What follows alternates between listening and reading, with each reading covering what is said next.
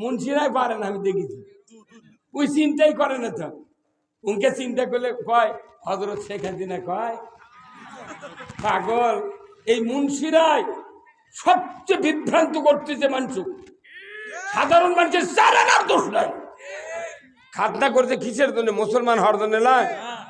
তুই খাতনা মানে নিলু, কোরআন মানিস না গা। তুই যদি কোরআনের আইন না মানিস, তুই খাতনা ফেরত দে। যা ছিল ওই ওস্তাদ ওটা আবার সিলাই করে লাগিয়ে দে। মুদির এবার ঠ্যাং ভাঙ্গে দেবো আমরা।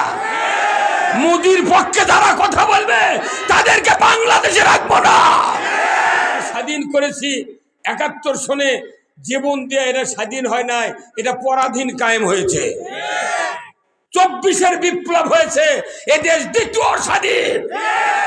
আমরা মামলা হামলা, খুন গুম, অন্যায় অবিচার দেখার জন্য এদেশে রক্ত দেই নাই। যেগুলো ইমাম কোনদিন মসজিদে বলে নাই। আল্লাহর নবী 10 বছর কোরআন দিয়ে দেশ চালাচ্ছে। আল্লাহর নবী 10 বছর ইমামতি করেছেন মসজিদে নববীতে। আল্লাহর নবী এই দুটার সুন্নাত আমল করেছেন। এই কথা যে ইমাম বলে না, যতদিন হলো ইমামতি করেছে ওর টাকা ফেরত দিবেন। আসসালামু আলাইকুম রাহমাতুল্লাহি ওয়া বারাকাতুহু।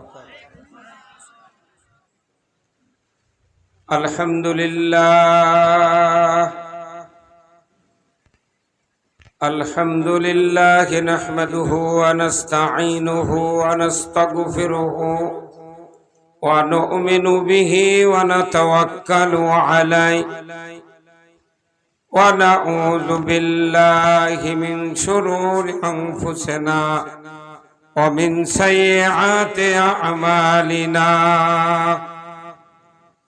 من يهدي الله فلا مضل له ومن يضلله فلا هادي له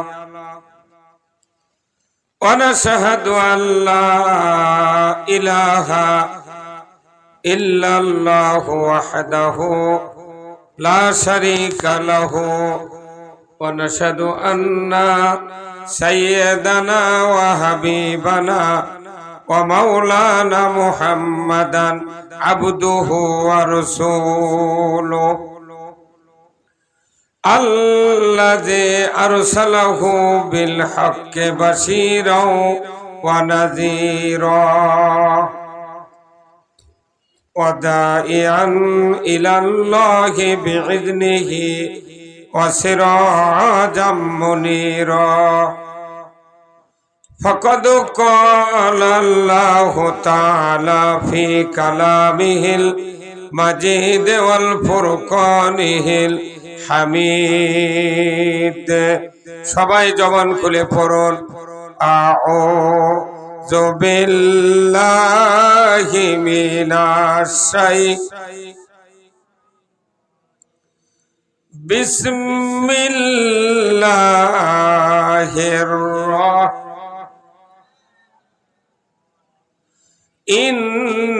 ইন্নাল্লাহা ওয়া মালাইকাতাহু ইউসাল্লুনা আলান নবী ইয়া আইয়ুহাল্লাযীনা আমানু সাল্লু আলাইহি ওয়া সাল্লিমু তাসলিমা।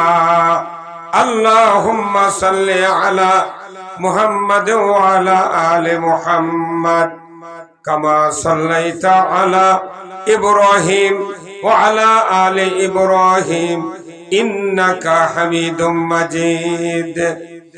اللهم بارك على محمد وعلى آل محمد كما باركت على إبراهيم وعلى آل إبراهيم إنك حميد مجيد.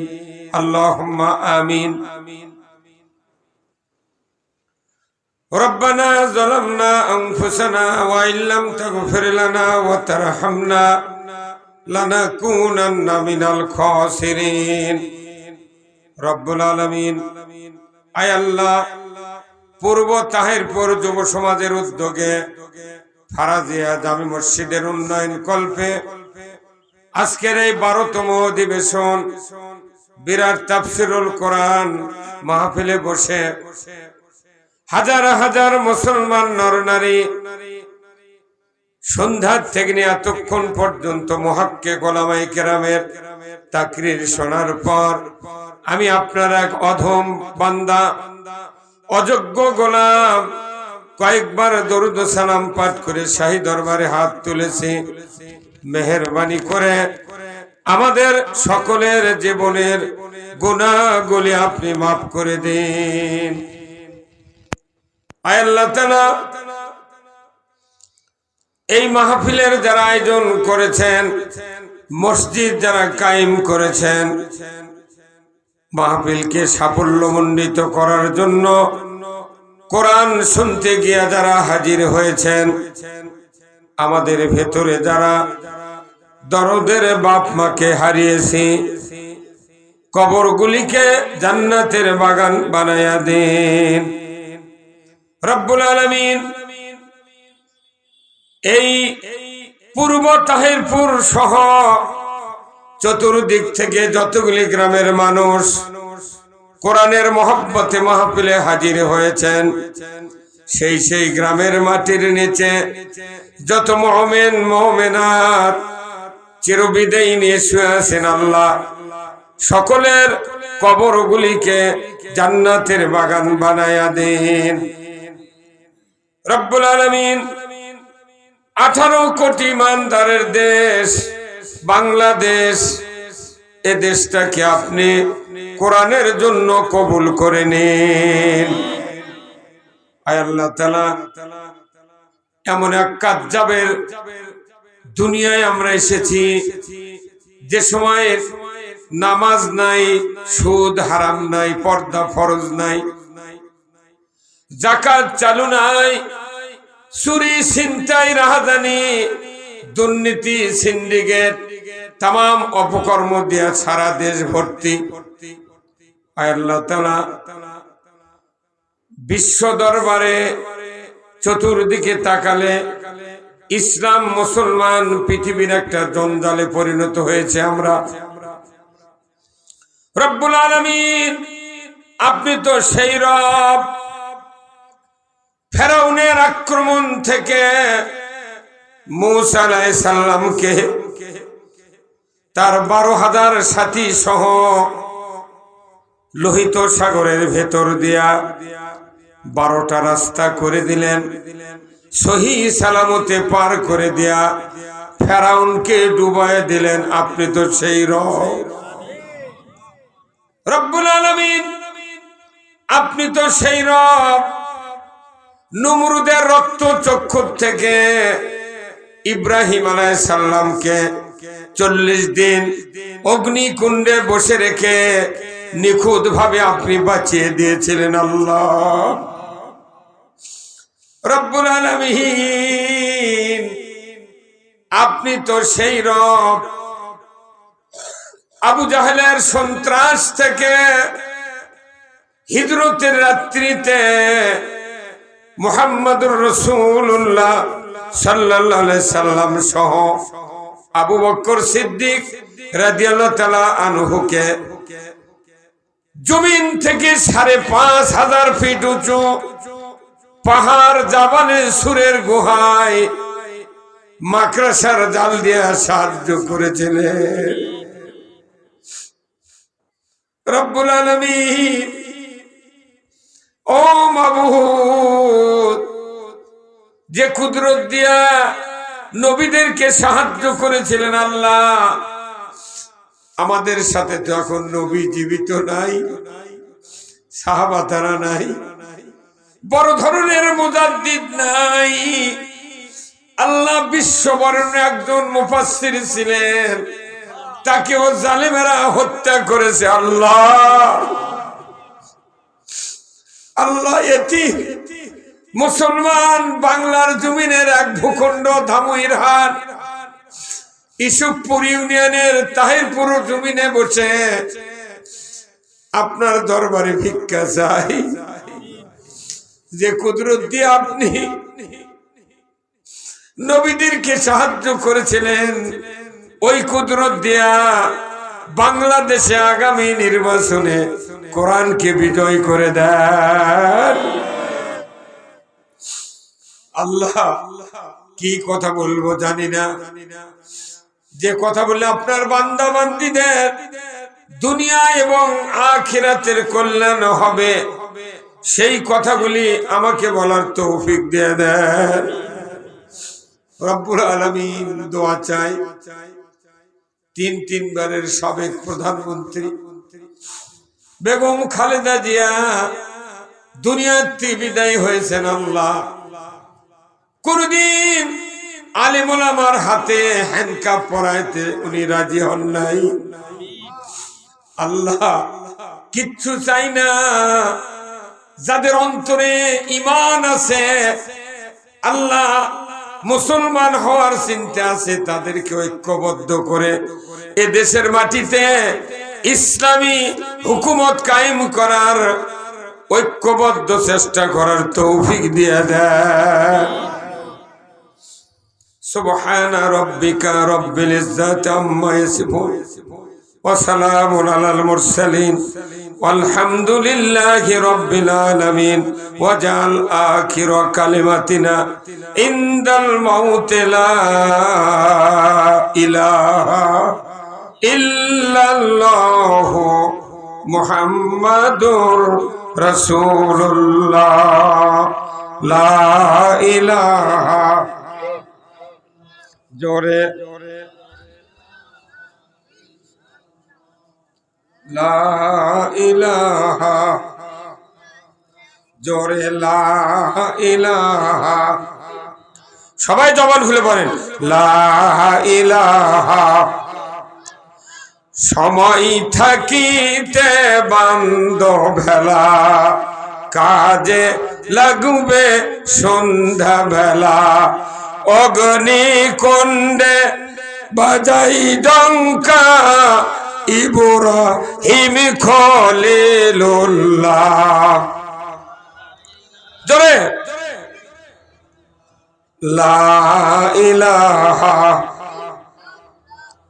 লা ইলাহা, লা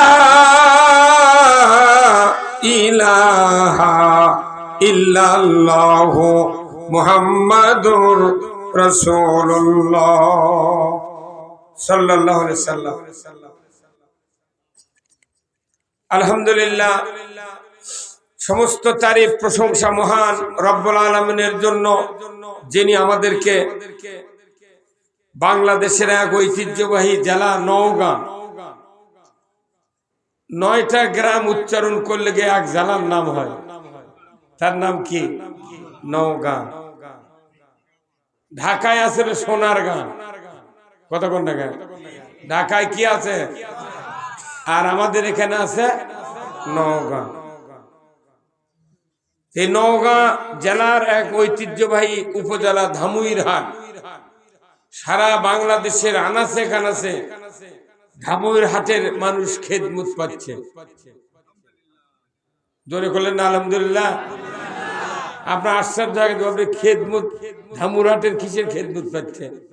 এখানে যদি ধান মারায় মেশিন তৈরি না হতো, গরুর পাও ক্ষয় গেল না।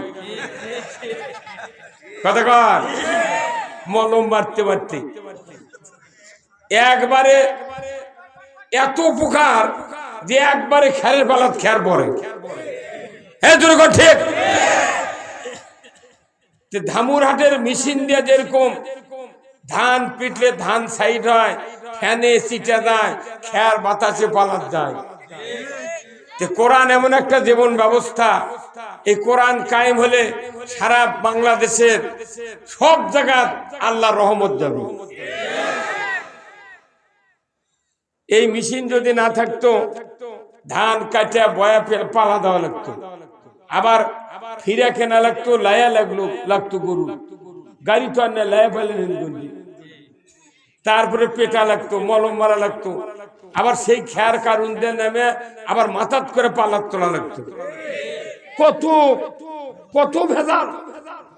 এক মিশিং আসাতে একটু খেরের ক্ষতি হচ্ছে, মনে করেন 6% খের ধুলা হয়ে যায়। তা হোক, তা মানুষ আরামে আছে। এই কথা কন না কেন? যে যে উপজেলার থেকে আমরা এত বড় একটা উপকার পাচ্ছি, তাদেরও কৃতজ্ঞতা স্বীকার করা লাগবে। ধামুর হাতের সুন্নত এখন সারা বাংলাদেশের বিভিন্ন জায়গা এই সুন্নতে মিশিং বানাচ্ছে, কিন্তু মূল কারিগর হলো ধামুর হাট। এই কোরআনের মূল কারিগর হলো আল্লাহ রসুল। এই কতক্ষণ এই কারিগরের কথাগুলা আমরা মানতে পারছি না বিধায় পৃথিবীর সারা এলাকায় শুধু ইসলাম আর মুসলমানের উপর মানুষ ক্ষিপ্ত। কারণ মেশিন আছে একজনের বাড়ির, কিন্তু ধান মারে না। ওই জন্য আমাদের দেশে আছে একটা কথা যে থাকিয়া গরু মরদে আছে রে, থাকিয়া গরু তার দুঃখ সর্বকাল। কি দামি কথা! এই যে থাকিয়া কোরআন না বোঝে জ্ঞান, কত কোনে জ্ঞান, থাকিয়া কোরআন না বোঝে জ্ঞান, তার আযাব শাস্তি সর্বকাল। একবারে বলি ঠিক কথা বলেন। তাহলে আমরা এমন একটা ভূখণ্ডে বসেছি, গ্রাম ইউনিয়নের নাম ইসবপুর, গ্রামের নাম তাহেরপুর, পুরে পুরে মিলে গেছে কতক্ষণ। কিন্তু যারা যারা খাতনা করছে তার ক্ষেত্রে মিল নেই। খাতনা করছে কিসের জন্য? মুসলমান হওয়ার জন্য নয়। তুই খাতনা মানে নিলু, কোরআন মানিস না গা। তুই যদি কোরআনের আইন না মানিস, তুই খাতনা ফেরত দে। যা ছিল ওই ওস্তাদ ওটা আবার সিলাই করে লাগে। এই কতক্ষণ দেখা, এই কতক্ষণ। আমি তো কোরআনের আইন দিয়েই তো খাতনা করেছি। কোরআন দিয়ে নামাজ পড়ি, কোরআন দিয়ে বিয়ে করি, কোরআন দিয়ে ঈদের নামাজ, কোরআন দিয়ে তারাবি, কোরআন দিয়ে কাপড় কাটা, কোরআন দিয়ে জানাজা, কোরআন দিয়ে উমরা, কোরআন দিয়ে হজ, কোরআন দিয়ে বিয়ে, সব কোরআন দিয়ে। কিন্তু কোরআনের আইনটা মানি না। তাহলে কোরআনের আইন দিয়ে আপনি সব করেন, কোরআনের আরো যে আইন আছে না মানার কারণে ওইগুলি মানেও জান্নাতে যাওয়া যাবে না। হুজুর তুমি কথা বলে কালা তো 12 বছর বাড়িতে পা উঠে ঢোকাচ্ছে, তোমার কবে মাথাটা পরিবারে খালি খাওয়া শিখেছে। বাঘের মতো গর্জন দিতে হবে। জানেন আজকের খবর জানেন? ইরানও হামলা করবি ডোনাল্ড ট্রাম্প। আর ওরা বলছে যে ভেনেজুয়েলার প্রধানমন্ত্রী তার বউ যেভাবে তুলে নিয়ে গেছে, লাদেনের পুতিনও ওইভাবে তুলে নিয়ে যাবে।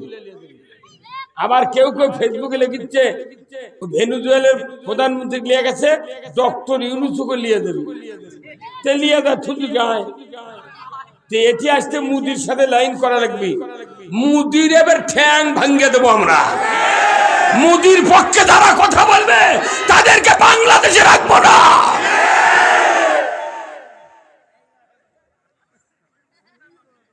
কি কথা কি?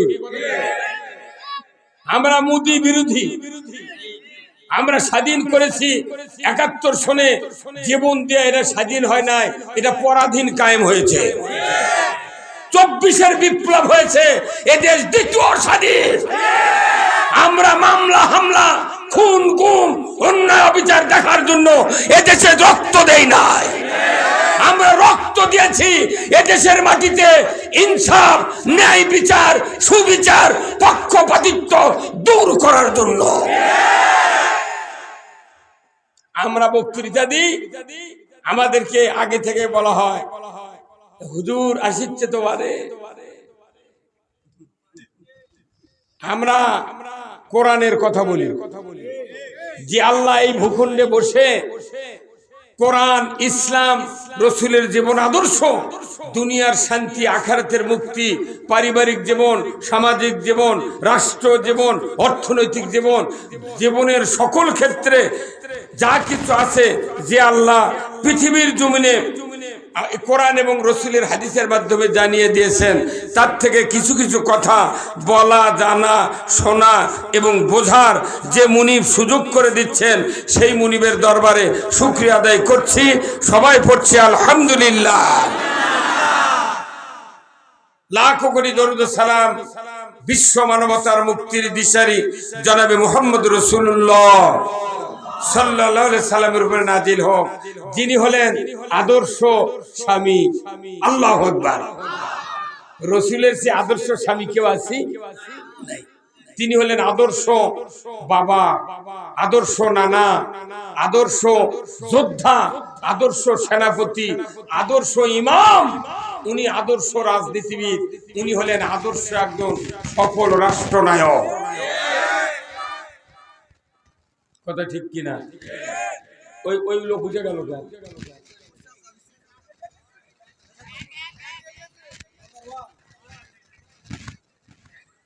রসুল ছিলেন এমন একটা মসজিদের ইমাম, এত বড় ইমাম পৃথিবীর কেউ নেই। যে মসজিদে উনি নামাজের ইমামতি করেছেন কয় বছর?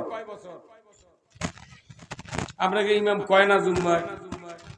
এলে ইমাম হলো ইসলাম বিরোধী। কয় বছর? আপনার মাথা ঠিক আছে? রসুল 13 বছর মক্কা ছিলেন, মদিনায় ছিলেন 10 বছর। 10 বছর ইমামতি করতে হতেন। ও দেশুল পাকিছে বুদ্ধি তেলায়। এই কোরআন দিয়ে রাসূলুল্লাহ কত বছর দেশ শাসন করতে? 12.5 লক্ষ বর্গ মাইল। 10 বছর। কয় বছর? মুন্সিরাই পারে না, আমি দেখেছি। ওই চিন্তাই করে না। উনকে চিন্তা করলে কয় হযরত শেখ হাসিনা কয় পাগল। এই মুন্সিরাই সবচেয়ে বিভ্রান্ত করতেছে মানুষ, সাধারণ মানুষের চারানার দোষ নাই। যেগুলো ইমাম কোনদিন মসজিদে বলে নাই। আল্লাহর নবী 10 বছর কোরআন দিয়ে দেশ চালাচ্ছে। আল্লাহর নবী 10 বছর ইমামতি করেছেন মসজিদে নববীতে। আল্লাহর নবী এই দুটার সুন্নাত আমল করেছেন। এই কথা যে ইমাম বলে না, যতদিন হলে ইমামতি করেছে ওর টাকা ফেরত দিবেন।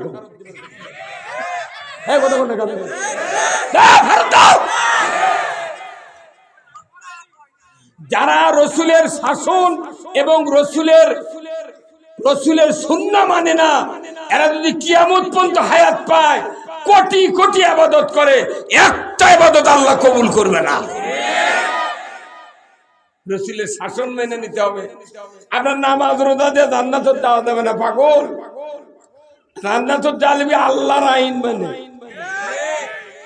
খালি একটা আইন মাননি, আযাজিল, যে উসজুদুলি আদম, তুমি আদমকে সিজদা করো। একটা আইন না মানার কারণে 6 লক্ষ বছরের ইবাদত ধুলিস।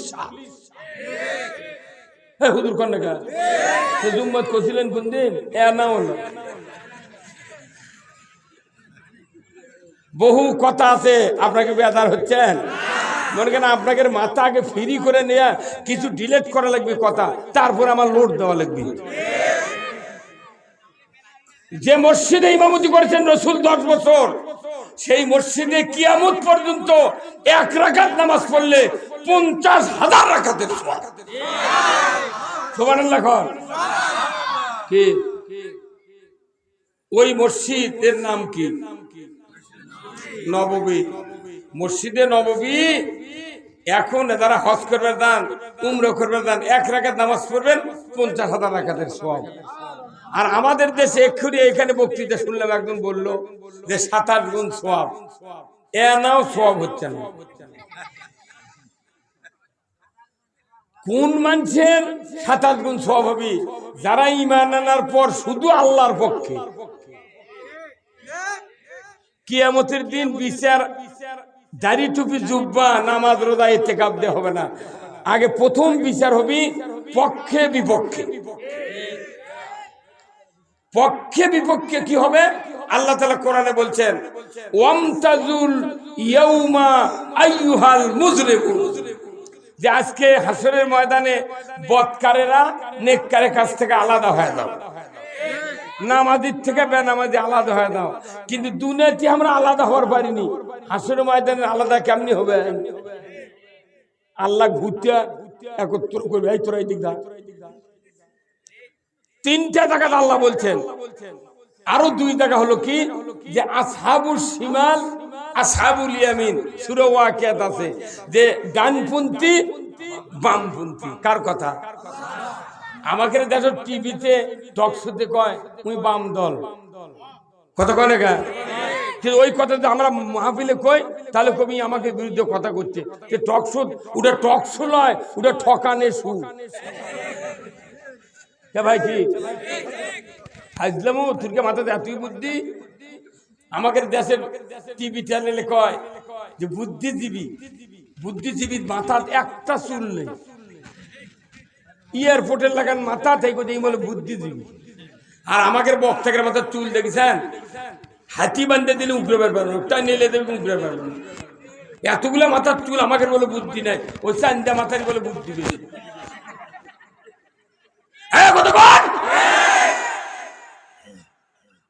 আমি আগে ইসলাম বুঝাবো, তারপরে বক্তৃতা করব। তাহলে বলুন আমাদের দেশে যে 27 গুণ সব কেমনি হচ্ছে? আপনার উদাহরণ দিচ্ছি। আমাদের দেশে যে কোনো গ্রামে ঢোকেন 15.5 লোক কিস্তির সাথে জড়িত। ওই মুক্তা দিয়ে আবার মুসল্লি দিয়া ইমাম নামাজ পড়ছে শুক্রবারে। কি মশান, ইনকা দাড়ি, হাজি গামছা, জুব্বা, আতর দিয়া মরদ যাচ্ছে ঘুঙ্গুর দিয়ে। মসজিদে তাকে ডান পাও দিচ্ছে, মহেরাবত দেয়া বসে একে খুদবা টুবা বক্তৃতা দিয়ে নামাজতকে আল্লাহু একটা দিন মুসল্লি কয়নি যার যার সুদ আছে বাদ দেওয়া লাগবে কথা। তাহলে যে ইমাম জিব্রাইলের চাচাতো ভাইয়ের মতো দাঁড়িয়ে নামাজ পড়লু, তুই যে মোনাজাত করছু 5 লোকদের সুদের সাথে জড়িত গরিবেরা, এদের বিরুদ্ধে তুমি একটা কথা বলো না। গরিব মানুষের সুদের টাকা নেওয়ার কোনো অপরাধ নাই। অপরাধ হলো রাষ্ট্র শক্তির। রাষ্ট্র সুদ যদি হারাম করত, এই গরিবেরা কিস্তির কাছে যাওয়া লাগতো না। 2 নাম্বার, গরিবেরা যখন কিস্তি নিচ্ছে তখন ধনীরা, অফিসাররা, ব্যবসায়ীরা, জমিওয়ালারা, বক্তারা চিন্তা করেছে দেখবা বাঁচিছি, আমার কিস্তিও নেই, কিছু নেই।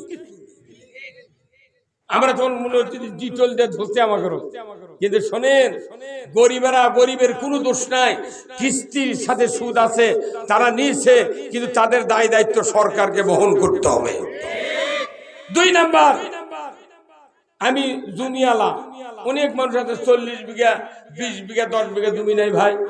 আমি বলেছি আমার তো সংসারের হাট বাজার করেই খাই, ধান পান বেচেই তো সব দিই, আমার তো কিস্তি নেওয়া লাগে না। আল্লাহ বাঁচাচ্ছে, বা মরে গরিবেরা মরুক, আমি ঠিক আছে।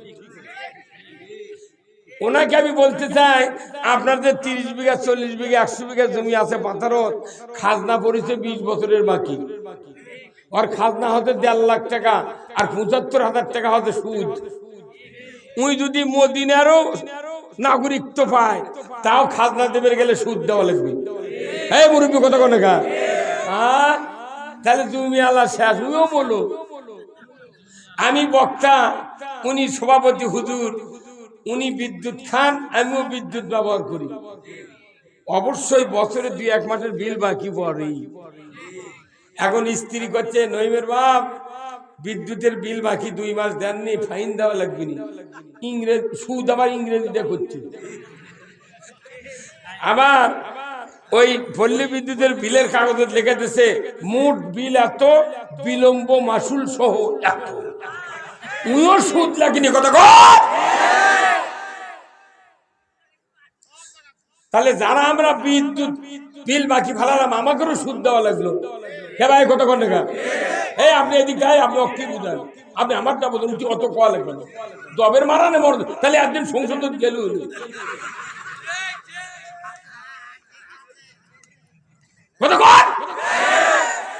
বাঁচলো বাঁচলো, কে বিদ্যুৎ বাঁচলো? এখন করছে বা আমার জমিও নাই, বিদ্যুতের বিল বাকিও পড়ে না, কিস্তিও নাই। আমি ঢাকার থাকি, বড় বড় 4টা গার্মেন্টস আছে, মাছের ফ্যাক্টরি আছে, ফিডের মিল আছে, আমি সুদত নাই।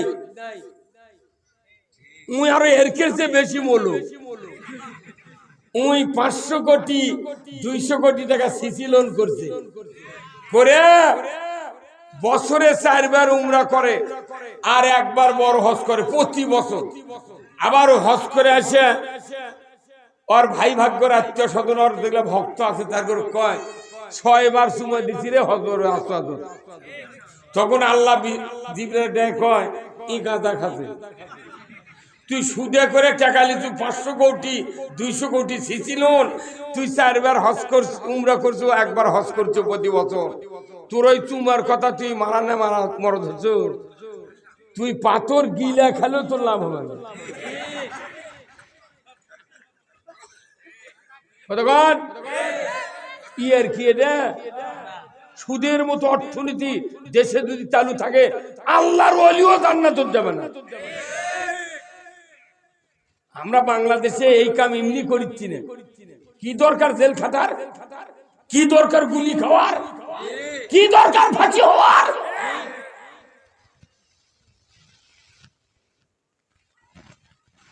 সুদ যদি দেশে থাকে কারো ইবাদত কবুল হবে না, কারণ ঈমানই নেই। দাড়ি টুপি জুব্বা আছে কিন্তু ঈমান নেই। কতক্ষণ দেখা? আচ্ছা, একটা চশমা আপনি কিনেছেন কিন্তু আপনার চোখের পাওয়ার শর্ট, যদি চশমার পাওয়ার না থাকে আপনার চশমা দেওয়া না দেওয়া। আমাদের দেশে যে ইসলাম আছে, এই ইসলাম জনগণের উপকার করে না, এই ইসলাম থাকা না থাকার সমান। এখন এই যে ইসলাম মানুষের উপকার করে, সেই ইসলাম আছে কোরআন আর হাদিসে, রসুলের ওই আদর্শের ভেতরে। ওই ইসলামের কথা কলি কয় রাজাকার আর জঙ্গি।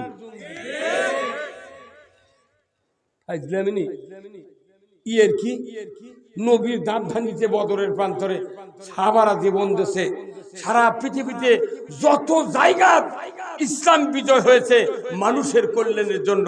আজকে বাংলাদেশ পৃথিবীর 2য় বৃহত্তম মুসলিম রাষ্ট্র, সেখানে কোরআনের আইনের কথা বলতে গিয়া যাই ক্ষমতা যায় তাই কয় রাজাকার জঙ্গি। তোরা কি তুলসীর পাতা হতো? তোরা যতবার ক্ষমতা গেছু তোর দেখা হয়ে গেছে, তোরা না বসে থাক, আমরা একটাবার 5 বছর এই বাংলাদেশ পত্তন লিয়ে চালাই। কি আমরা 4 বার ভোট দিচ্ছি জোট থাকতে, আমরা একটাবার দেখি বারে এটা কোটলাওয়ালা হয় যে টাকা ফেরত দিলে তুমি পাবো। আমরা পত্তন মুখ দেখে 5 বছর মধ্যে নেমে চলবে। তুই একে যাবারই দিব না। একজন করছে কিয়ামতের আগে ক্ষমতা যাবে না, আর এক মুন্সি করছে যে একটাও সিট পাবো না। আমরা কিছুই পাবো না, আমা করে গেলে এত মাথা ব্যথা গান। কোন একদিন এদেশের আকাশে কলেমার পতাকা দুলবে, সেদিন সবাই খোদাই বিধান পেয়ে দুঃখ বেদনা ভুলবে। পুরা কোরআন নবীজির আদর্শ হাদিস পড়া এই একটা গানের এই সার, এই লাইন হলো পুরো মানুষের মুক্তির ব্যবস্থা দেয়। কোরআনের পতাকা উড়া। আমরা ক্ষমতা দেবো না, আমরা চাচ্ছি কোরআন ক্ষমতা দাও। যারাই ক্ষমতা দিচ্ছ তোরাই কোরআন দিয়ে দেশ চালা, পিঁয়াজ দিয়ে পান্তাকা শুয়ে থাকবো। আজরাইল আলে কম দুলে ভাই এখন লিবারের চল কথা কোন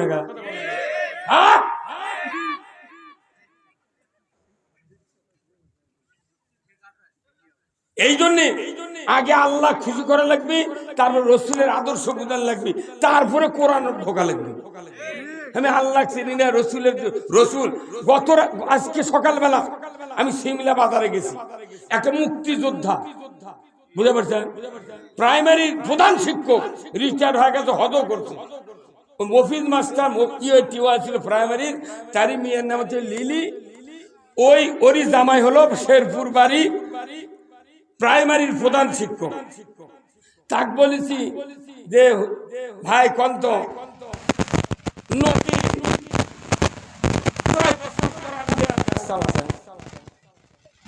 আপনি তো ভাতা খাইলেন মুক্তিযোদ্ধা, তো অনেকক্ষণ থাকে 100 টাকা আপনি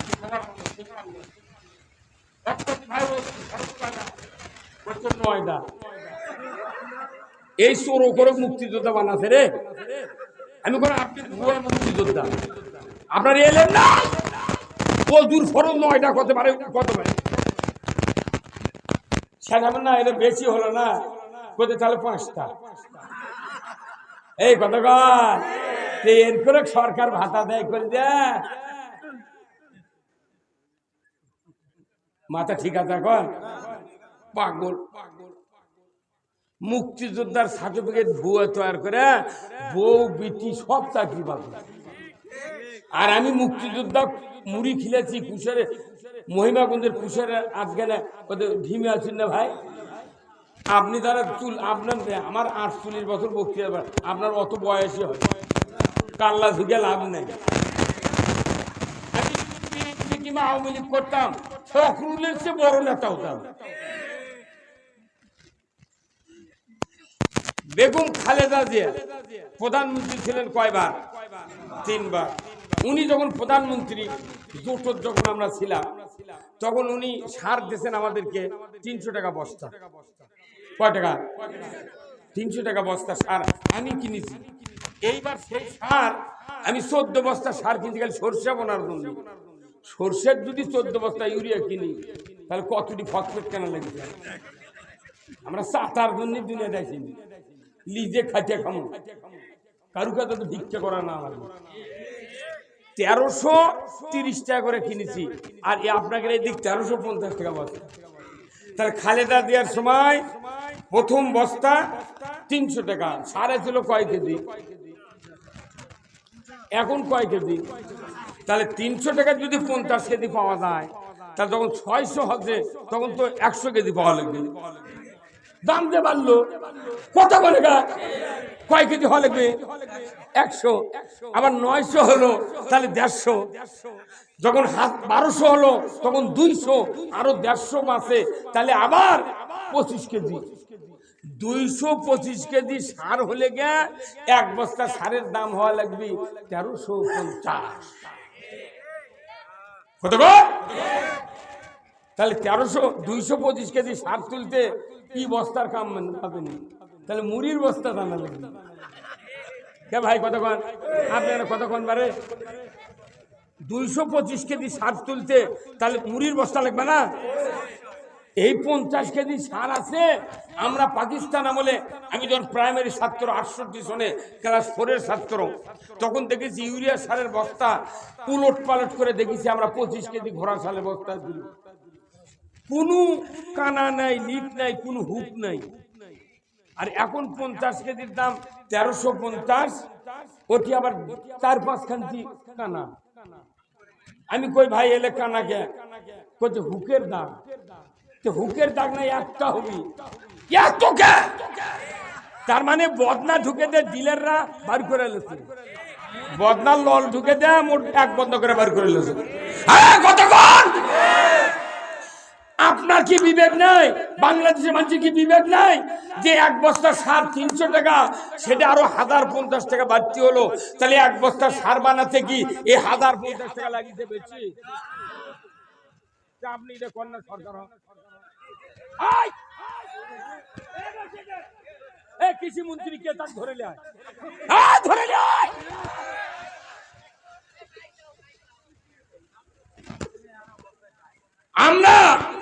আমরা খাঁচা খুঁজা মোরা কাদু খাঁচা আলু করি, ধান করি, সব করি।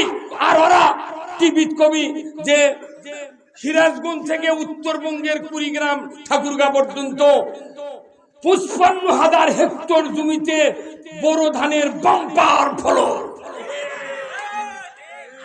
তোর বাপ কি 5 কাটা লাগা চলে রে কৃষি মন্ত্রী, তোর বাটাম ফাটাবো এবার। আমরা বলেছি রাজশাহীতে চাপায় বলেছি আমি, যদি ইসলাম বিজয় হয় কৃষি মন্ত্রী যিনি হবেন, আমার গ্রামে আমার এক নানা আছে 700 বিঘা জমির কাগজ। মামা নানা মারা গেছে, মামাকে বলেছি 100 বিঘা জমি আমাকে দিতে হবে।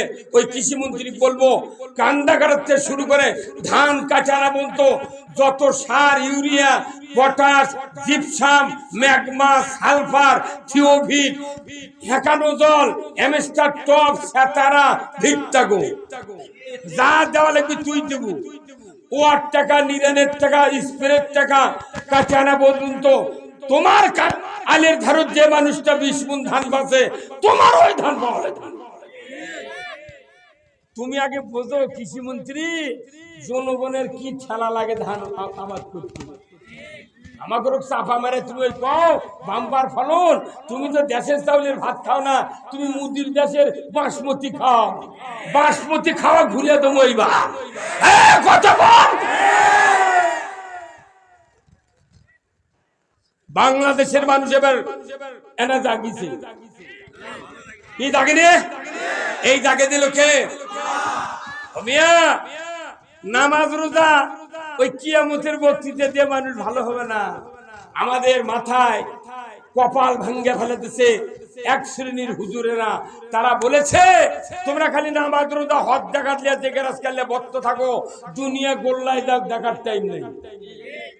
আজকে মুসলমান যদি রাজত্ব পাত, প্রত্যেকটা দেশে মুসলিম কান্ট্রিতে যদি অরিজিনাল মুসলমান রাজত্ব পাত, ওই ডোনাল্ড ট্রাম্প, ওই মোদি, ওই রাশিয়া, ওই জাপান কেউ মুসলমানের উপর মাথা মারত না। কিন্তু মুসলমানক রাজত্ব বিরোধী বানাছে। না না ওই বাপ বাপ ওটা করবে, ওটা রাজনীতি। জুম্মার মধ্যে ঢুকে গেল বুদ্ধি কোনটি পাচ্ছ? আল্লাহ কোরআনে বলছেন রব্বানা আতিনা ফিদ দুনিয়া হাসানা। হে রব তুমি দুনিয়ার ভালাই দাও, তারপরে আখিরাতের ভালাই দাও। দুনিয়ায় যদি শান্তি না পাওয়া যায় আমি আখিরাত কি করবো? না দুনিয়া চুরি হচ্ছে, জানা হচ্ছে, দুর্নীতি হচ্ছে, সিন্ডিকেট হচ্ছে। একটা হাই স্কুলের master BSc, MSc, BEd, MEd, inter pass ছাড়া লাইব্রেরিয়ান নাই। সেই হাই স্কুলের সভাপতি হচ্ছে 5 পাস। ওরই সই যে হেডমাস্টার বিল তুলিতে উনি আবার কাঁপে।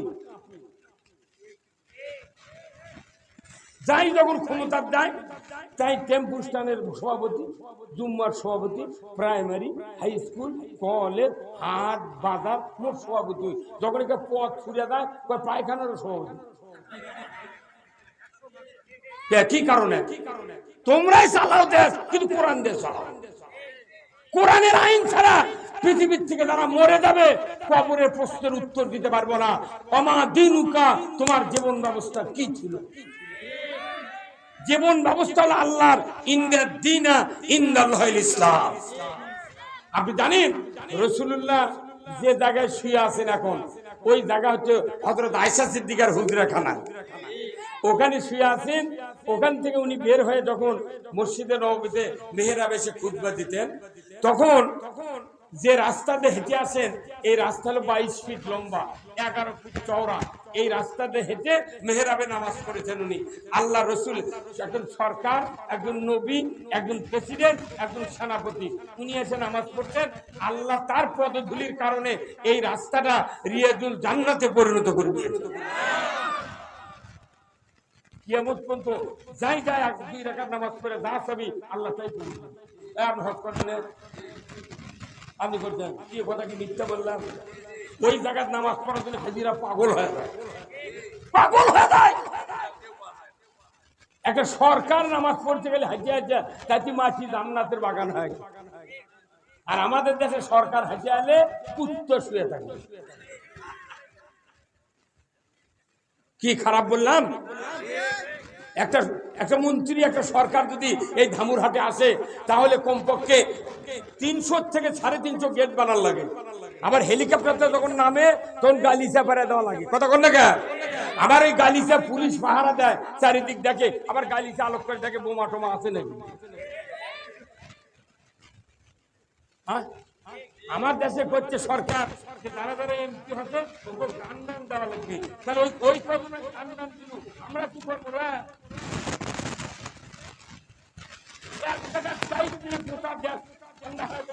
এই কাম না করে ঢাকার কয়জন ইসলাম কায়েমের যারা বাধা দিবে তারা আল্লাহর বিরোধিতা করবে।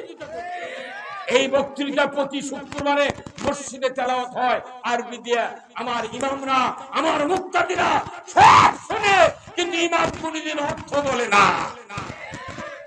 যদি অর্থ বলা হতো বাইতুল মুকাররমে 100 বছর আগে থেকে আমার দেশের ইমাম পালায়া যেতে লাগতো না। ওয়াসুলতানু জিল্লুল্লাহি ফিল আরদি মান আহানা সুলতানাল্লাহি ফিল আরদি আহানাহুল্লাহ। রাসূলের হাদিস, আমার নবী বলেছেন, ন্যায়পরায়ণ শাসক আল্লাহর ছায়া সদৃশ্য। যে বা যাহারা ন্যায়পরায়ণ শাসক কায়েমের বিরোধিতা করলো কিংবা ন্যায়পরায়ণ শাসক কায়েম আছে তাকে অপমান করলো, আমার নবী বলছেন সেজন্য আল্লাহর বিরোধিতা করলো। হাদিস প্রতিদিন পড়া হয় না? এই যে অর্থকন্যা গান কেন করলে একটা ফারক দিতে হবে ইমামতি করা। হ্যাঁ কথা বল, এই ইমামরাই দেশের জনগণ জাহান্নামে দিচ্ছে।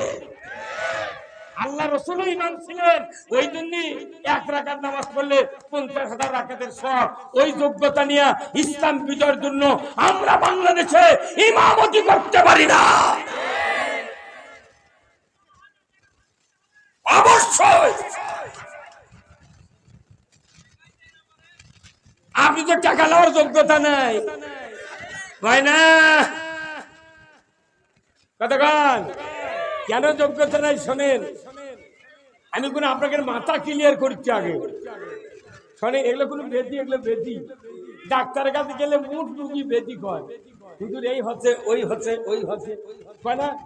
এক্সরে আলট্রাসাউন্ড করে আসার পর যখন ওষুধ লেগেছে তখনও কয় স্যার আমার রাত্রের ঘুম হয় না।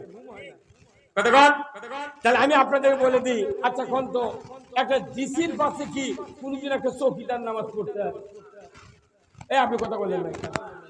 একটা ডিসির পাশে কোনদিন একটা চৌকিদার নামাজ পড়তে পরে? কোন এমপির পাশে কোন চৌকিদার নামাজ পড়তে? কোন টিওনোর পাশে কোন লোক নামাজ পড়তে? কারণ ওনারা তো ইমামতি করেন না, কিন্তু ওরা কোন জেলার ইমাম, তারপর 2 উপজেলার ইমাম, আবার থানার ইমাম, কিন্তু তারকে পাশে নামাজ ওটা হচ্ছে আরবিতে ইমাম আর বাংলাদেশ হলো নেতা। কতক্ষণ? কিন্তু ওই ওই ওই ডিসির বাপের বিয়ে পড়াছে মসজিদের ইমাম, ওই এমপির বাপের বিয়ে পড়াছে মসজিদের ইমাম, ওই টিওনোর বাপের বিয়ে পড়াছে মসজিদের ইমাম। যে ইমাম বিয়ে পড়ানোর কারণে ওর জন্ম দেওয়া সন্তান 1,90,000 25,000 টাকা ভাতা পেল, অথচ ওরই বাপের দায় বিয়ে পড়াছে তার বেতন 1,000 টাকা মাস। কে ভাই কত কন? আপনি কত মুক্ত কন্ডে আপনার চেয়ারম্যান বানাবো অটো দেখি কত কন? তাহলে কতখানি বৈষম্য! যদি টিওনো এমপি আর ওই ওই যদি আপনার ডিসি যদি সরকারকে বলতো, স্যার আমার বাপের বিয়ে পড়ানোর কারণে আমি দুনিয়া আসতে পেরেছি, দয়া করে আমরা 3 জন আপনাকে বললাম 64 জেলার 64 ডিসি, 450 উপজেলার 450 টিওনো, আর হলো 300 এমপি যদি সরকারক চাপ দেয়, আমাকে যা হতে হতে স্যার আমাকে বাপের দায় বিয়ে পড়াচ্ছে, ওর বেতন দেন না, প্রাইমারি মাস্টার লাগান দেন স্যার। তাহলে বেতন হলেনি, আপনি তিনি বুঝাবার পারেননি খুলছে, সেই দিন করছে বেতনি আপনার খালি ভিক্ষা করে খাওয়া লাগবে।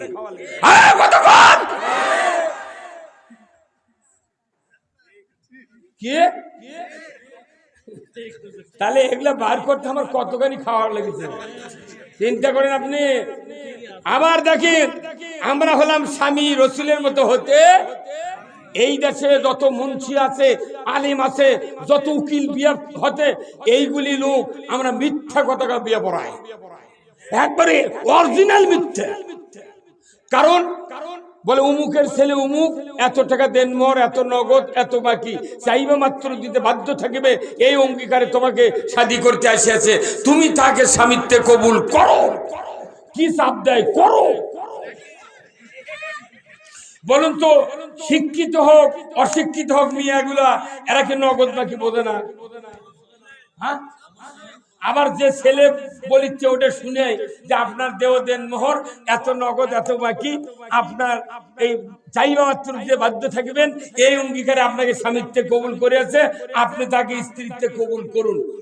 তাহলে তুই নিজে বিয়ে করবে না কবুল করছু, তুই না নগদ বাকি বুঝলু? তাহলে অথচ ওই মহিলাগুলা সমানে খালি করছে কবুল আলহামদুলিল্লাহ। এই ইসবপুর ইউনিয়নের যদি প্রথম বিয়ার সময় যদি ওই উকিল যখনই বলল কবুল করো, তখন ওই মেয়েটা যদি বুঝতো 3 লাখ টাকা মোহরানা, 30,000 নগদ, 2,70,000 বাকি, না আমি বাকিতে কবুল বলবো না। এখানে যদি 10টা বরক, যদি 10টা মিয়া ঝাড়ি দিয়ে যদি ফেরত দিত, 11 নাম্বার বর বলতো আব্বা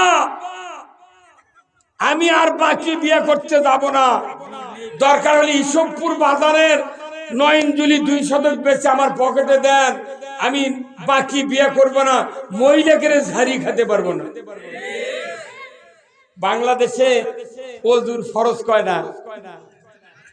কয়টা? আর বিয়ের ফরজ কয়টা? 2টা। বিয়ের ফরজ কয়টা? বিয়ে করতে ফরজ জানে না, তাহলে ওই কিটা বউলিয়াচ্ছে, পাগলের দরবার। বিয়ের ফরজ 2টা, আপনি ওযুর ফরজ 4টা। জমজমের পানি যদি 1 বদনা দেওয়া হয়, মুখমণ্ডল হাতের কোনোই মাথা মুছো করার পর পাও যদি না ধন, অক যদি মসজিদে নববীর নামাজ পড়ে কোন ওর নামাজ হবি? কয় ফরজ আদায় করেনি? তা পানি কি এনকে সাবমার্সির পানি, কুন্ডিকার পানি, জমজমের পানি, ওযু হয়নি, নামাজও হবে না। 3টা ফরজ আদায়, তাও নামাজ হবে না, 4টাই হওয়া লাগবে। তাহলে বিয়ার ফরজ হলো 2টা। 1 নম্বর হলো মোহরানা পরিশোধ করিতে হইবে, আর ইজাব কবুল করতে হবে মোল্লা আর সাক্ষীর সামনে। তাহলে এটা হচ্ছে ফরজ।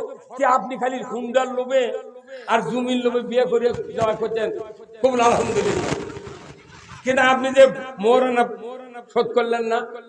যে মেয়েটা কবুল বললো তার বাপ বাচ্চা আছে, এই বাপ যদি কুরবানির হাটে একটা গরু লিয়ে দেয়, এ আপনাকে বটতলির হাট নাই? এই বটতলি কোন জনের ওটি বাড়ছে? এই বটতলি হাট গরু লিয়ে গেছে, 1.5 লাখ টাকা দাম মিটিছে, গরু যাই কিনেছে, তাই বলেছে ভাই 50,000 টাকা দিলাম আজকে, যখন আপনার 1 লাখ টাকা দরকার তখন আমার বাড়ির থেকে আনবেন। তুই গরু বাকি দিবি, ওই বিয়ের বাপ একটা খাসি বাকি দিবি, একটা ভেড়া। তাহলে তুই একটা গরু, একটা খাসি, একটা ভেড়া বাকি দিল না, তুই আমার একটা মেয়ে চল, জান্নাতি নিয়ামত, এতবার দেবো জান্নাতি নিয়ামত, পৃথিবীর জমিন নয়, জান্নাতের ভিতর আদম আলাইহিস সালাম একা একা থাকতে পারে না।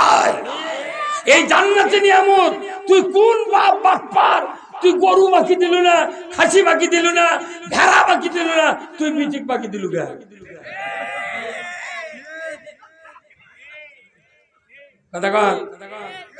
তাহলে এই জন্য এই কথাগুলো এই জন্য বললাম, মা বোনেরা সচেতন হোক, আমরাও সচেতন হই।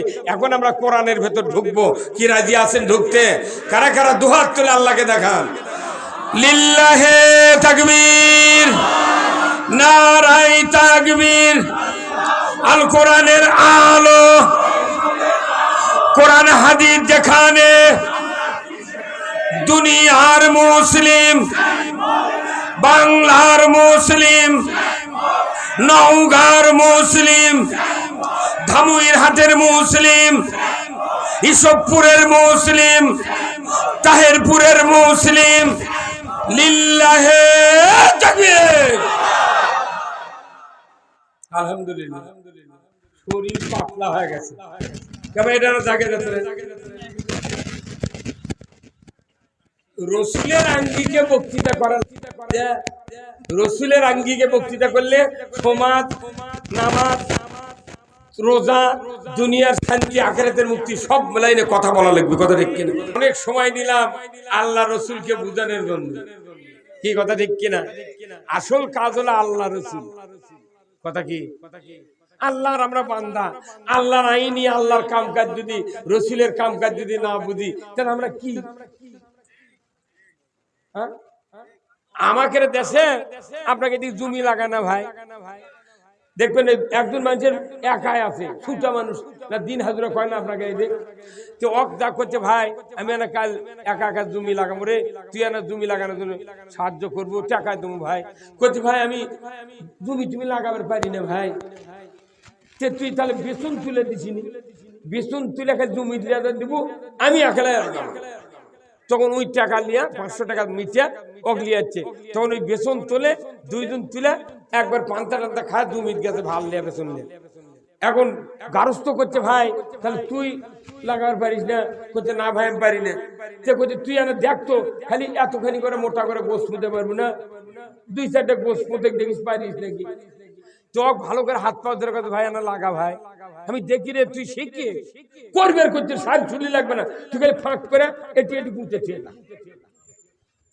করছে। আচ্ছা আমি সাহস করে লাগিয়েছে পুঁতবে, গারস্থ দেয় ওই তো ও জানি উনি আর করছে কি, ওই জমি লাগাবার লাগে ধানের তো বেসনের গোড়া পদ দেওয়া লাগবে, ওই গারস্থ মাথা পদ দিচ্ছে।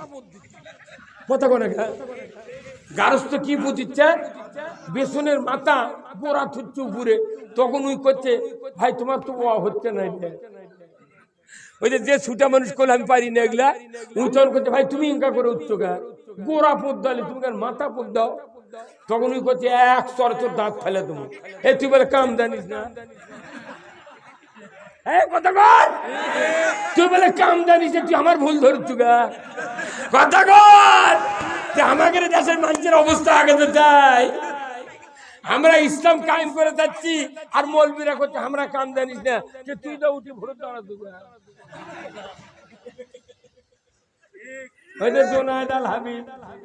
বাপ ওই বক্তৃতা খারাপ আবার ইনকিয়া করে, তোকে কি মতো আল্লাহ হাজির করবি, আমাকেও হাজির করবি, দেখবো তোর চাপার কত দূর আর আমাকে চাপার কত দূর। আল্লাহ কোরআনে বলছেন ওই যে কলা রব্বুকা লিল মালাইকাতি ইন্নী জাইলুন ফিল আরদি খলিফা।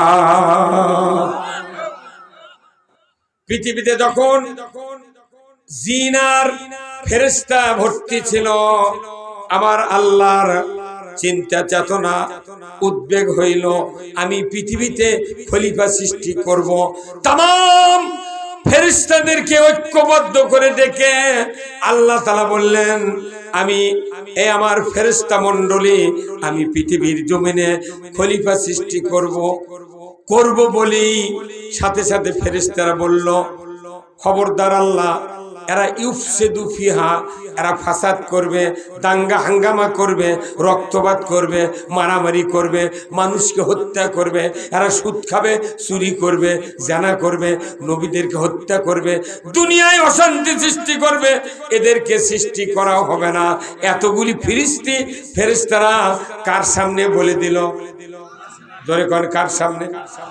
আল্লাহ সিদ্ধান্ত নিয়েছে আমি খলিফা বানাবো, এরা মাথা মারা করছে না।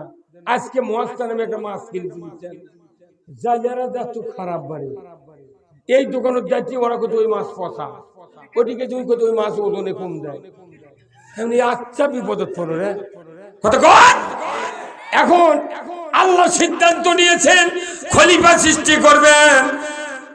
ফেরেশতারা যখন এই কথা বলল, আল্লাহ তাআলা রাগ করে বললেন ইন্নী আ'লামু মা লা তা'লামুন, আমি আল্লাহ তাআলা জানি তোমরা তা। কথা কি 100% সত্যি? দুনিয়ার কেউ জানে না, আল্লাহ তাআলা জানে। এখন আল্লাহ বললেন যে আমি খলিফা সৃষ্টি করব, ফেরেশতারা করলো, এতগুলি কাজ এরা করবি, করেন না আল্লাহ, আমরাই তো যথেষ্ট। আল্লাহ বলে দিলেন, এই আমার ফেরেশতা মণ্ডলী শোনো, আমি যা জানি তোমরা তা জানো না। আমি জানি তোমরা এই কথা বলবে, কিন্তু আমি আল্লাহ বলছি, আমি পৃথিবীতে আমার খলিফা সিলেকশন করব যতগুলিকে, তাদেরকে আমি আসমানি কিতাব দিব, কমপক্ষে 104 খানা। জোরে কোন আল্লাহু আকবার। কতখানা কিতাব? 104 খানা কিতাব দিব। ওই কিতাব যখন খলিফারা পাবে, ওই খলিফারা এই কিতাব দিয়ে পৃথিবীর জমিনে খেলাফত কায়েম করবে। তাহলে রক্তপাত হবে না, চুরি হবে না, জানা হবে না, নামাজ কাদা হবে না, তারা ঈমান হারাবে না। অত তোমরা যতগুলি কথা বলেছ, আমার ওই সহিফা দিয়া যদি খেলাফত কায়েম করে, পৃথিবীতে সোনার যুগ কায়েম হয়ে যাবে। কার কথা?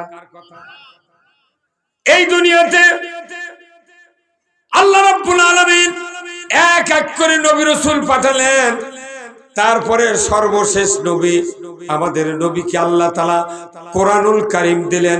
কোরআন দিয়া বললেন, হে রাসূল, আমি আপনাকে সত্য হেদায়েত দিয়া ইসলাম নামক জীবন ব্যবস্থা দিয়া দুনিয়ায় পাঠিয়েছি। আপনি পৃথিবীর জমিনে মানুষের যত আইন আছে সব সরে দিয়া একমাত্র আমার আইন বিজয় করবেন। এই জন্য আপনাকে দুনিয়ায় পাঠানো হয়েছে। আপনি এই কাজ করতে গিয়ে কোনো মুশরিকরা এটা সহ্য করবে না। কারা সহ্য করবে না? মুশরিক। এখানে কাফেরের কথা বলা হয়নি, আগের আয়াতে বলা হচ্ছে কাফের, আর পরে আয়াতে বলা মুশরিক। যে পৃথিবীতে সবচেয়ে বড় মুশরিক কারা? আমরা যে কোরআন পড়তাম, যত মৌলবীরা আমরা কোরআন পড়ি, সূরা নেসার 1 নম্বর আয়াত থেকে শেষ নম্বর আয়াত যদি আমরা পড়তাম, ওই সূরা নেসার ভেতরে আছে কোন কাজ করলে সবচেয়ে বড় মুশরিক কারা, কোরআন শরীফের মধ্যে আছে। যারা আল্লাহর আইন বাদ দিয়ে মানুষের আইন মানে, এরা হলো সবচেয়ে বড় মুশরিক। যারা দেবতা মানে পূজা করে অমুসলিমরা, ওদের ধর্মের ওটা ওর জন্য জায়েজ আছে, কথা ঠিক কিনা? কিন্তু আমরা যদি আল্লাহর হুকুম মানে না মানে মানুষের আইন মানি, তাহলে ওদের দেবতা পূজা করে যে মুশরিকি, তার চেয়ে আমাকে বড় ধরনের মুশরিক। এই জন্য আল্লাহ বলছেন মুশরিকরা কোনো সহ্য করবে না। আমাদের দেশে যত ইমানদার আছে সব ইমানদার কি কোরআনের আইনের পক্ষে আছে? তাহলে যারা নাই, তাহলে বোঝা যাবে এরা ওই কাতারে। কত গনে মানে আমার ভাইয়েরা, আল্লাহ কোরআনে বললেন, হুয়াল্লাযী আরসালা রাসূলাহু বিল হুদা ওয়া দীনিল হক লিইয়ুযহিরাহু আলাদ দীনি কুল্লিহি ওয়ালাউ কারিহাল মুশরিকুন। আমার আল্লাহ বলেছেন, আমি সেই সত্তা, তিনি তার রসুলকে প্রেরণ করেছি সত্য হেদায়েত দেয়া, জীবন ব্যবস্থা ইসলাম দেয়া। আপনি পৃথিবীর জমিনে গিয়ে আমার দেওয়া জীবন ব্যবস্থা বিজয় করবেন আর মানুষেরটা সরে দিবেন। এটাই হলো আপনার দায়িত্ব। জোরে কন্যা আল্লাহু আকবার। মানুষ সৃষ্টি হয় নাই, কি করছেন? কিছু করছেন নাকি? মানুষ সৃষ্টি হয় নাই। আল্লাহ তাআলা পৃথিবীর জমিনে খেলাফত কায়েমের কথা ফেরেশতার সামনে বলেছিলেন, কথা ঠিক কিনা? তাহলে আল্লাহর মানব সৃষ্টির উদ্দেশ্য খেলাফত। কোরআন সহিফা প্রেরণ করা, নাজিল করার উদ্দেশ্য হলো খেলাফত। এই দুনিয়া সৃষ্টি করার উদ্দেশ্য হলো খেলাফত। এইভাবে আস্তে আস্তে আমাদের নবীর উপর সূরা আলাকত থেকে শুরু করে একের পর এক কোরআন আসতেছে। এমন এক জায়গায় আল্লাহ তাআলা বললেন, নবী আপনাকে একটি কথা জানিয়ে দিলাম। কথাটা হলো কি, ওমা খলাকতুল জিন্না ওয়াল ইনসা ইল্লা লিয়াবুদুন। প্রথম অঙ্গীকার আল্লাহর খেলাফত, দ্বিতীয় অঙ্গীকার হলো ইবাদত। এই কথা কোন জায়গায়? মানুষ সৃষ্টির উদ্দেশ্য আল্লাহ, 1 নম্বর খেলাফত, 2 নম্বর ইবাদত। আল্লাহু আকবার কোন।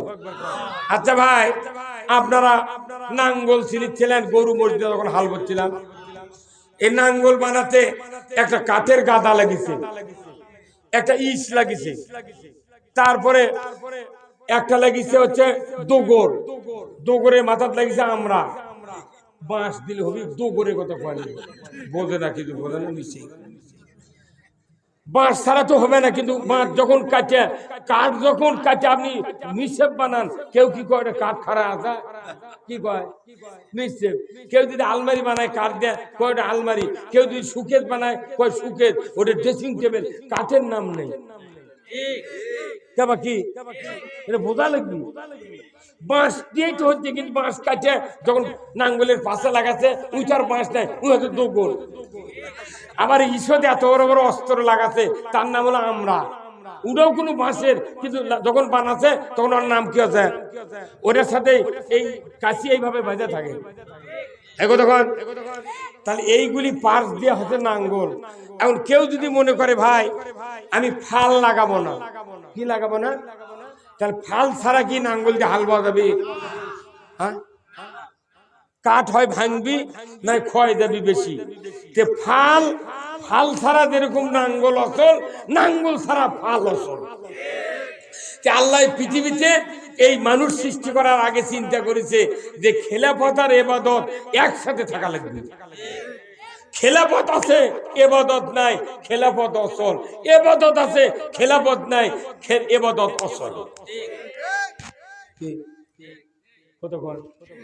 তাহলে এবাদত কি আর খেলাফত কি? এই খেলাফত যখন আজ থেকে 500 বছর আগে থেকে যখন খেলাফতের চিন্তা ভাবনা মুসলমানের অন্তর থেকে সরে গেছে, তখনই মুসলমানক মারবেন লাগিছে কাফেরেরা। আজও মারিচ্ছে, ইরানক হামলা করবি, এক হামলা করবি, ওক তুলে যাচ্ছে, ইনকাই হবি। বাংলাদেশে 27% ইমানদার, এই দেশে আল্লাহর খেলাফত আছে? বরঞ্চ খেলাফতের পক্ষে কথা বলে তাকে রাজাকার, জঙ্গি, ইসলাম বিরোধী, চেতনা বিরোধী কত কি করছে। মানে আমরা অপরাধী হয়ে গেছি আল্লাহর আইনের পক্ষে কথা বলে। হ্যাঁ, কথা বলে কোথায় মুসলমান? এই যে আসল কথা করছে দেখে কেউ কেউ উঠে গেছে, ওর কে কলজাত ব্যারাম আছে। যারা কোরআন প্রেমিক, তারা কোরআনের কথা শুনলে ঈমান বাড়ে, কথা ঠিক কিনা? ইন্নামাল মুমিনুনা আল্লাযীনা ইজা যুকিরাল্লাহ ওয়াজিলাত কুলুবুহুম ওয়া ইজা তুলিয়াত আলাইহিম আয়াতুহু জাদাতহুম ঈমানাও ওয়া আলা রাব্বিহিম ইয়াতাওয়াক্কালুন।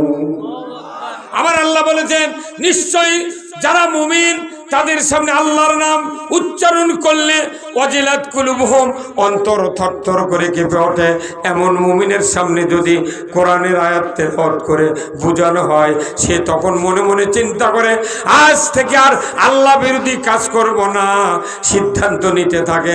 আল্লাহ তাআলা ওই সুযোগে ওই মুমিনের অন্তরে ঈমানকে বাড়িয়ে দেয়। ঈমান বাড়ার একমাত্র ঔষধ হলো কি?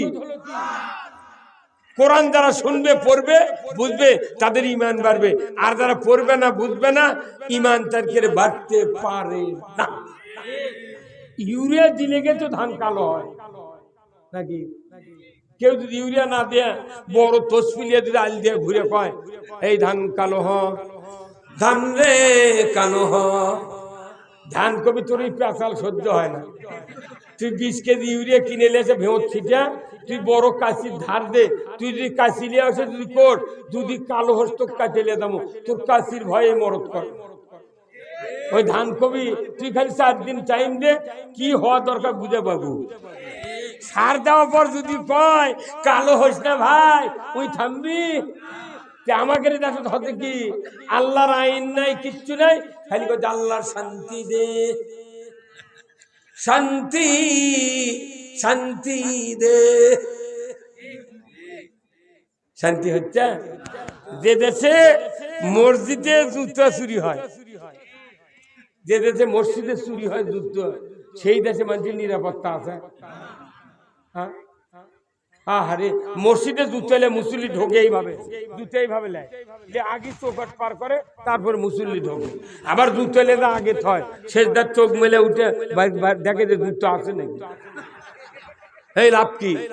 এত পুলিশ, এত বিডিআর, এত নেতা, এত মুসল্লি, এত ইমানদার, এত মাদ্রাসা, এত তবলিগ, এত পীর, এত বক্তা, এত হাজি, তারপর দুটা যদি মসজিদে চুরি হয়, এত কৌতুর সাথে গলার দড়িতে মরা ভালো। এই কথা কোন কেন? আমার ভাইয়েরা, চুরির বিরুদ্ধে বক্তৃতা করার কথা কোরআনে আছে, কথা ঠিক কিনা? বক্তারা ওয়াজ করতে পারবে নামাজের পক্ষে, চুরির বিরুদ্ধে, ঘুষের বিরুদ্ধে, জানার বিরুদ্ধে, কিন্তু কোন বক্তার সাধ্য নাই সুদ বন্ধ করে, ঘুষ বন্ধ করে, নামাজ কায়েম করে, চুরি বন্ধ করে, জানা বন্ধ করে। কোন বক্তার বাপেও, কোন তবলিগের বাপেও, কোন পীরের বাপেও পারবে না।